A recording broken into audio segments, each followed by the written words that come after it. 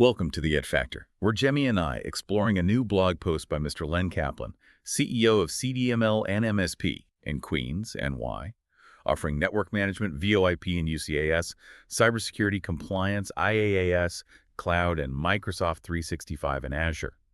If you're a small business owner or manage IT for a growing organization, this episode is for you. Stay tuned. Today, we're diving into a really crucial area for your business's safety social engineering scams.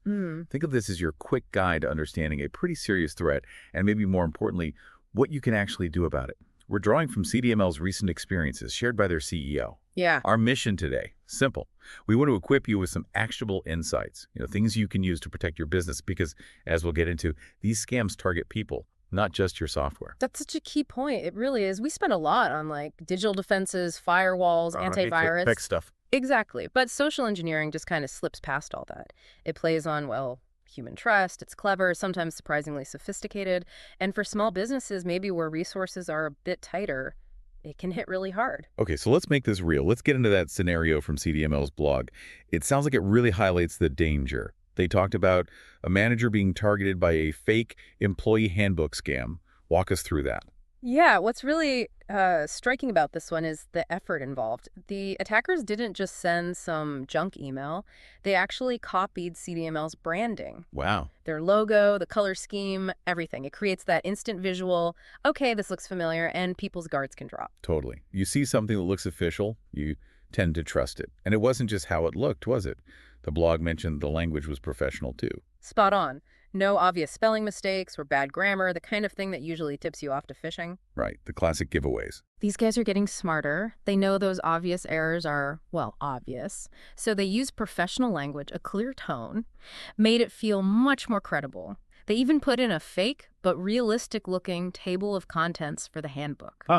Makes it seem like a proper company document, You could easily imagine someone glancing at it and thinking, yeah, it looks legit, without digging deeper. It really shows how convincing these things can be.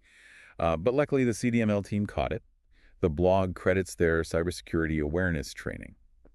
So what were the red flags? What did the manager actually spot? There are quite a few, actually. First off, the sender's email address, it ended in DWay. The Russian domain. Exactly. For a company based in New York, that's weird. Big flag right there. Second, the only way to get this handbook was a QR code. Just a QR code, no link. Just the code. That's a tactic we're seeing more of.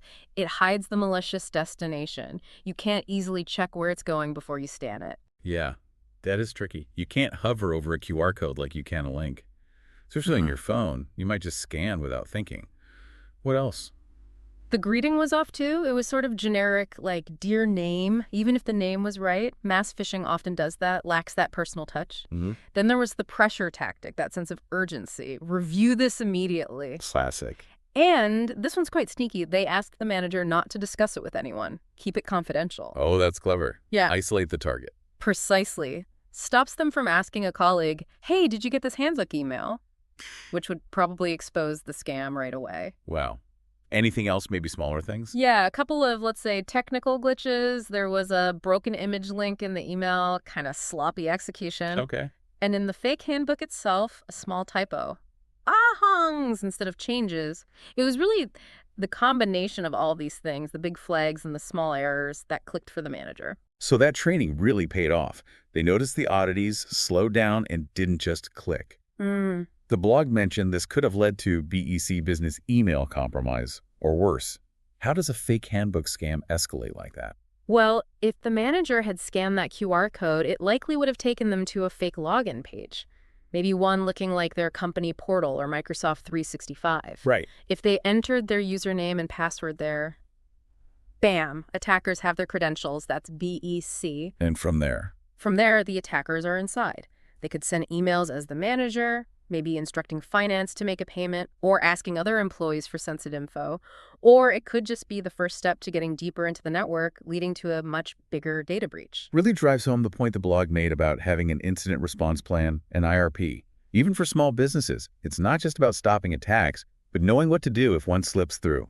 Absolutely. An IRP is your playbook for when things go wrong. Who do you call? What systems do you isolate? How do you investigate? How do you recover? Having that planned out before an incident saves critical time and minimizes the damage.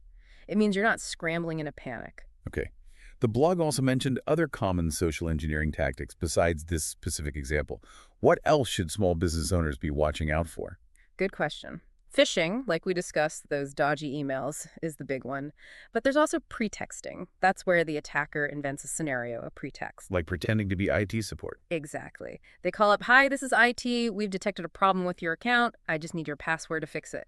They create a believable reason to ask for info. Got it. What about baiting or quid pro quo? Those sound a bit different. They are. Baiting is like leaving a tempting morsel out. Yeah. Maybe a USB drive labeled bonuses left in the parking lot, or an online ad for free software. The bait contains malware.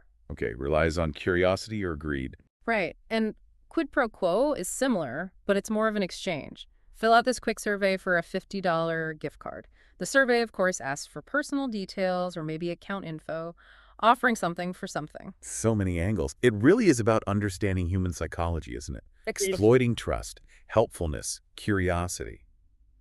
Okay, so knowing the threats is one thing. What about protection? The blog had practical advice. What are the key steps for listeners? Number 1, verify the sender, always.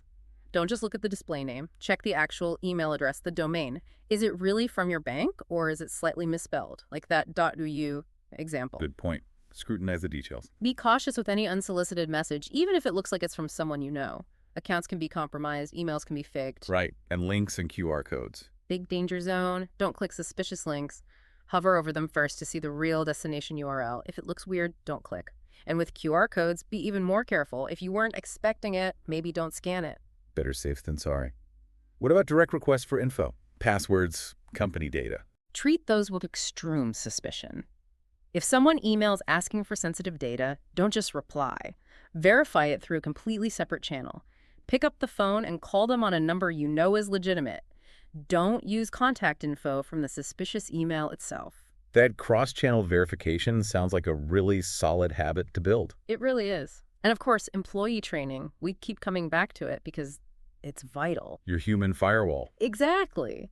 Train your team on what these scams look like, the red flags, how to report anything suspicious. Make them feel empowered to question things, not scared to speak up. And, looping back, have that incident response plan ready just in case. The blog also mentioned layered defenses briefly. What does that mean in practice? It means not relying on just one thing. It's like having multiple locks on your door. So things like multi-factor authentication, MFA. That extra code from your phone, right? Yeah, makes it much harder for someone with just your password to get in. Also, good endpoint security software on computers, email filtering to catch spam and phishing, and keeping everything updated patch management to close known security holes. Multiple layers working together. Okay, that makes sense. Now, since this deep dive was inspired by CDML's blog, how can an MSP like them actually help a small business with all this? Well, they offer services that directly address these risks. Network management to spot weird activity, cybersecurity services like threat detection, endpoint protection, and importantly, they offer that cybersecurity awareness training for employees. So they can help set up the tech and train the people. Right. Plus, they help with compliance, things like IPAY or New York regulations, and securing cloud setups like Microsoft 365, using tools like Microsoft Defender, encryption, managed infrastructure. They seem to partner with major tech companies like Dell, Microsoft, SonicWall, suggesting they use reliable tools. It's about bringing that security expertise and acting as a partner. So for a small business owner feeling maybe a bit overwhelmed by all this, getting help from an MSP like CDML could provide the tools, the expertise, and that crucial ongoing support. Exactly. It's tough to manage all this alone, especially when you're focused on running your business. Having that expert partner makes a huge difference. This has been really insightful, digging into social engineering, using that CDML blog post as a starting point.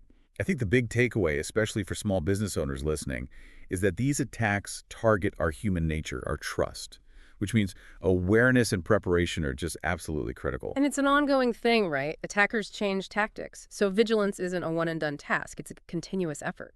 Absolutely. Which leads us to our final thought for you today. Think about your business. Which of these tactics, phishing, pretexting, baiting, seems like the most likely way an attacker might try to get in?